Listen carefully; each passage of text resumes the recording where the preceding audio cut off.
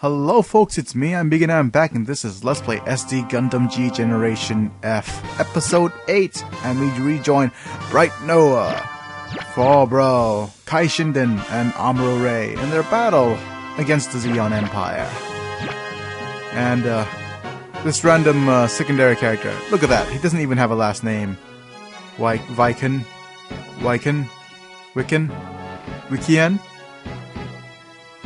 I have no idea. I could read a bit of katakana, but I have no idea what his name is right now. It's like Joaquin? Oh. It is now the attack on Solomon. And this is Dozil Zabi, I think what his name is. And he's the second brother of the Dozil family. Oh, the Zabi family, sorry. And, yeah, he's, riding on a huge mobile armor on the time of our attack. But, right now it's, yep, we're all heading for an attack on Solomon. And it's one of the, bigger battles we're gonna face. And over here is the, yet another secondary character. But, ooh, what's happening here?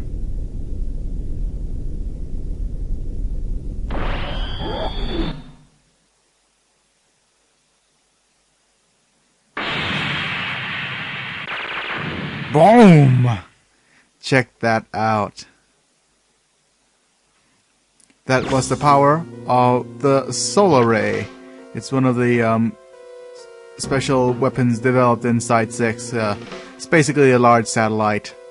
And it takes up a long time to charge up, but yeah, once it shoots, it wipes out all the enemies there. It does 40,000 damage, 40,000 raw damage against any unit that's in its map path. But yes, that was this Dozil Zabi launching in his mobile armor called the Big Zam. Yeah, Big Zam. Well, yes, we are going immediately into launch, and we're going to take out a stage map. So, over here we have 3 levels of space. Yeah, this is probably our first big space battle, well, first big battle period. We have a group of these little missile launcher guys here, and they belong in this, oh, there's our group with Amuro Ray in it. A bunch of these guys, Solar Ray, and him. These ships are called the Columbus. No weaponry, but they have the ability to restore energy. So we're going to be using that. And yeah, there's like a warship here, a ton of units. Well, just very little units, mostly just crap like that. But there's a ton of units here, which I am not pleased about. Notice that there's this warship here and the Big Zam. The Big Zam's not going to join us for some time yet. But close by there's like, let's see now. Around here. Yep. Okay, sure. Folks, give me some time to think on what units, how I should place the units. But yeah, I think I have a secret plan for this, on how to conquer this. Can we look at this? No, I guess not. But yes, notice that there's a hidden enemy base there. So give me some time, I'll be right back. Alright folks, we are back, and this is, I'm gonna check on our groups. So over here we could see the white base, and here's another white base. Yeah, we opted by going 2 white bases. And it's probably the easiest and fastest way to level up like all these other characters.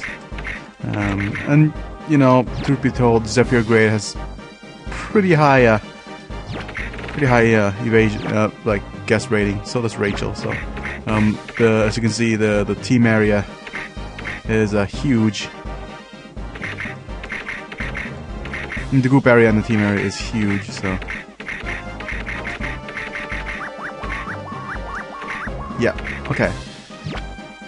I've got some tornado Gundams, and as you can see, the last set of battles didn't. I forgot to basically capture all these extra mobile suits, which is a pity. But oh well. All things considered, it's pretty good. So folks, after some consideration, I think I'm just going to do post-commentaries rather than just a live commentary. And I'm going to fast forward through all the kind of like the boring-y bits. But here's how things are going to go down. So here are the bases, called the, I don't know what it's called, Zekustogata. Zekustgarder? Yeah, I don't know. Anyways, well, we are not going to deal with these guys. They're way too strong. I do have a secret strategy of how to deal with this, though. So you guys are going to have to stay tuned for that. So, as we say here, the Columbus and the solar system is not energized. So we could do a couple of things.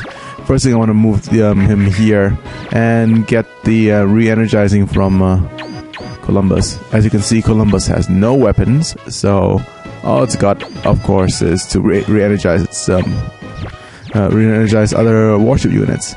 So that'll be at a certain disadvantage, though, which is, oh well, and which means the units inside won't get any support fire as well, which is kind of a pity.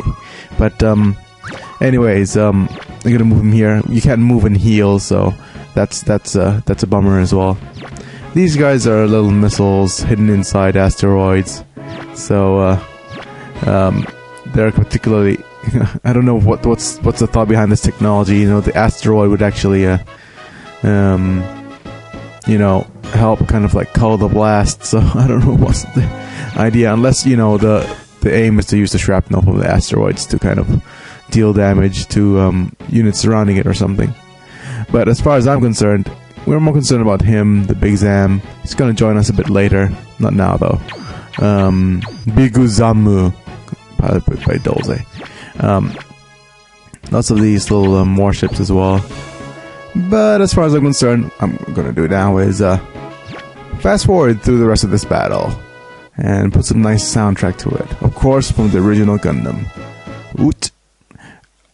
Okay, that's better. Anyways, so what I did is, of course, move these units downwards to this area here. This warship is going to pop out in a couple of turns, so I'm measuring the range. These guys have a range of 4 to 5 for its missiles, so I'm measuring the range so that these guys would be at a kind of 3-4 position, 3 to 4, so the laser position. Not all of them can actually move down though, so that's a bit of a bummer. So I'm moving him up so we could move him down next turn, and I'm going to place these guys out so that they will be able to basically jump down next turn to attack. And these guys as well, I'm going to move them upwards towards this kind of general area right here. And I'm going to set up so that basically my kind of like ball strategy. Yeah, get out my balls. Yep, those things are called balls. Yep. And move you out here. As you can see, I've set up like a kind of like a nice little barrier for things to be at optimum range. And I'm just don't care so much anymore about that area right there. And same here. Just want to get these units out. Those guys will probably move up and towards us, but they'll be super cautious about it though, because we do have a map maneuver available. And of course, we're moving the white base up towards this area here, and a little bit of a dialogue between Mirai and Slegger. But yeah, I moved the white base upwards on the top map, and then placed all these other moved all its other units out, so it could jump down next turn and attack immediately rather than waiting for another turn. But yeah, so for the first turn, all it did was just moved all the units into position. And here's something stupid that the AI does. I don't know why they do it. They basically use this ship to attack with the Gatling, which is so much weaker than their long-range missiles. and they get return fire from beam swords, which is silly, you know. 500 damage with 5,000 damage, and critical, it's like even worse. Right, and for some odd reason they decided to remove units, and same here. This is a little bit smarter though, because, you know, we do have the tackling ability, which is not nearly as bad as the Vulcans. The Gatling guns are usually considered the worst weapons in game. Yeah, but as you can see, I moved the Gundam down the white base down one map, and just checking which one of these guys have support fire from the ship. Yep, and support fire from a ball.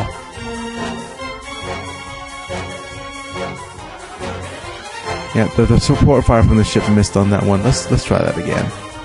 Yep, 2 hits from the missiles from the ship, and got killed. But yeah, now we're strong enough to kill off the base, and the units is ours. And woot! Over here, of course, we have gonna move the units up and grab some of the loose units out here. And I'm also concerned about these little missiles. Yep. So I'm gonna move the gem out of the way, and basically let this weakened ball do a lot of do the work of damaging using up its energy, so we can pack it back in later. Yep, this guy is pretty much done, so I packed him back into the base and move my Tornado Gundam out of the way, and Ogma finishes off the Comet. Yep, as you can see, the Comet does 5,000 damage to it. And the same thing's gonna happen here. I'm gonna shoot at it, and I'll move this gem out of the way. Yeah, after to do some attacks, of course. Up. Cool. Lots of bonus steps, and gonna have pack in any useless units, and re-energize the solar system. That's a horrible pun. Whoever came up with the idea of solar system. Well, the interesting little tidbit about the solar system. You know what it is? It's a huge convex lens. That's all it is. They use an array of about 400,000, or maybe something huge number, like ridiculous number, like 4 million mirrors or something. And then they manipulate it so that they all focus on one point. That's all it does. You know. And it's considered a weapon of mass destruction. Really. It's basically a large magnifying glass. Yes. Weapons of mass destruction indeed. It's like something out of Futurama. Yeah, that's what it is. So Futurama plagiarized the original Gundam. Interesting. Well, speaking of interesting trivia, the science behind a lot of the Gundam stuff is like spot on, like proper science, like Star Trek science. So if you want to compare which you might usually people compare, like, for example, this type of anime with a Star Wars. I've seen people saying, "Oh, Gundam is more accurate than Star Wars." Of course it is, but I want you to compare it maybe a little bit more with Star Trek, where it's still fiction science, but I mean it's good proper sci-fi science. If you look up, for example, Lagrangian points, go look it up on Wikipedia or something, and read up on Lagrangian points. And basically, all these colonies, the 7 colonies, are all placed at Lagrange points. And they really, really thought this out. So it's amazing how it's really, really kind of amazing. Well, anyways, as you've noticed, I've cleared most of this this kind of like little area down here already. So what I'm doing now is position some of my units first off, I'm going to attack with the... I think, I'm not sure. Well, I'm considering attacking with the white base, but that's not going to happen. And of course, I'm just getting these units to kind of clear out this area now. But anyways, I was talking about Lagrange points, and go and look up it up on Wikipedia and say, you know, what Lagrange points are, and you know, be amazed at the amount of detail they actually put into Gundam. Yeah, all the colonies are all placed at Lagrange points, or basically theoretical areas where the only points between the Earth and the Moon where they don't have an issue of large, massive objects being placed. So, yeah, good, like big science, whatever. But I mean, it's an interesting read. Yeah, completely useless in real life, though. Like most things. Yeah, bonus steppings then on. Okay, so basically we cleared most of this area in one turn. Oh, 2 turns. And we're gonna wait. We're gonna do some waiting and get Sligger to kind of attack. And maybe Amuro to kind of support fire. No! Okay. And of course, we are critical hitted. And as much as I wanted to keep some of these units, I'm going to have these guys finish off. Yep. Basically, I thought that, okay, I passed and basically let these guys do some attack. And we could pick up those units a bit later. The real kind of like nail in the coffin, though, is whether if the Big Zam will come up and hit anything. Because if it does, it could execute a map maneuver, which will be disastrous. And of course, it picks the lowest evasion unit. And I was speculating here, but yep, that's it. That's fine. Anyways, there's an event here that you could trigger. Basically, let Amuro Ray go in and attack the Big Zam, while Sligger Law in his G-Fighter is somewhere close, or somewhere close by. Yeah. Like here. Doesn't matter. This triggers a proper event anyways. So you don't have to check the percentages. なんだ日本足のやつ圧倒的じゃないか行くぜアウロはいしかし注意どういうつもりですつもりもへったくれもあるんか次回は張ってるとなりゃ接近してビームをぶち込むしかないこっちのビームがダメならガンダムのビームライフルそしてビームサーベルだいわば三重の武器があるとなりゃこっちがやられたってスレッガー注意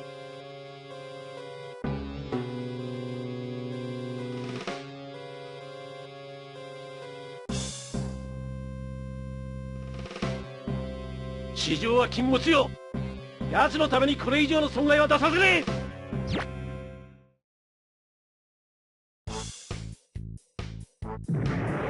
ガンダムちゃんしっかり面倒見てよ悲しいけどこれ戦争なのよね対空防御よまだまだいや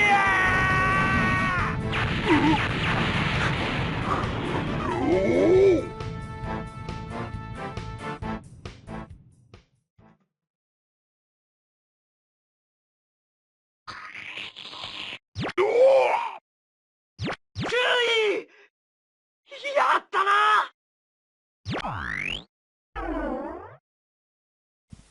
Alright, so what happened is it halves the HP of the Big Zam. And unfortunately, I'll show you an unfortunate thing about the Big Zam, of course, is that it has an eye field, so it's unaffected by beam weaponry. Well, and it also halves the damage of beam weaponry from bigger sources.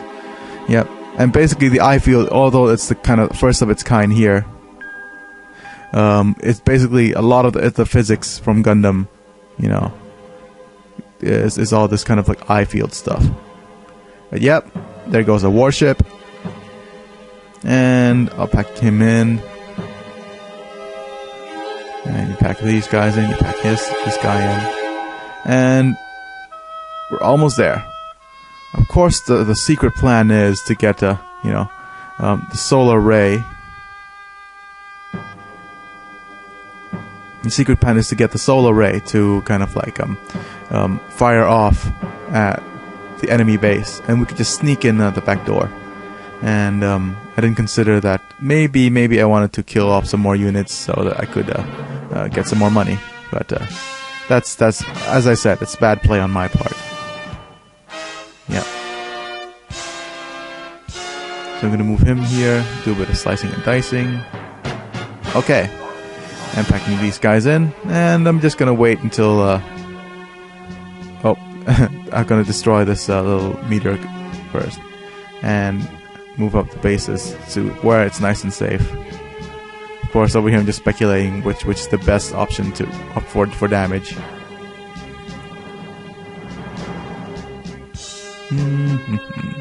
Yeah. Speaking of good science, well, the eye field is an interesting science. Well, Gundam kind of like a techno-babble. Right, so, and of course I'm moving these guys down because as you can see, there's 4 units heading this way to do a sneak attack on us. Yeah, and I'm moving them down and moving them into like into position where the some of these other units can't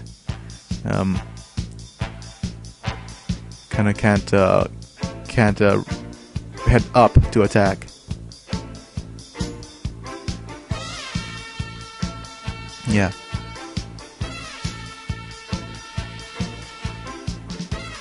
And I'm going to like basically over here, as you can see, I've blocked off the ascent. Yeah.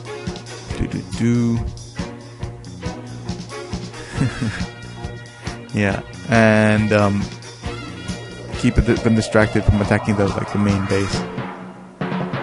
Boom. And move the solar ray down here, and I'm gonna consider moving all these other units down. So basically my game plan is set, so I'm not gonna show you the rest of this little bit of the battle. I'm just going to cut forward until where I'm moving all the guys down, and yeah, okay, I'll see you. Just move these guys down, attack a little bit, but mostly defend against other units. Let me just get rid of these two first. I had a huge stroke of bad luck. Yeah. And yeah, over here is the moment I realized, God, I could have shot downwards. Yeah, I felt a little bit stupid. But yeah, so what's going to happen now, of course, as I've said before, I'm going to pack all these guys in, move them down, and basically create a huge kind of huge distraction against the solar ray, so that they attack something and not the solar ray.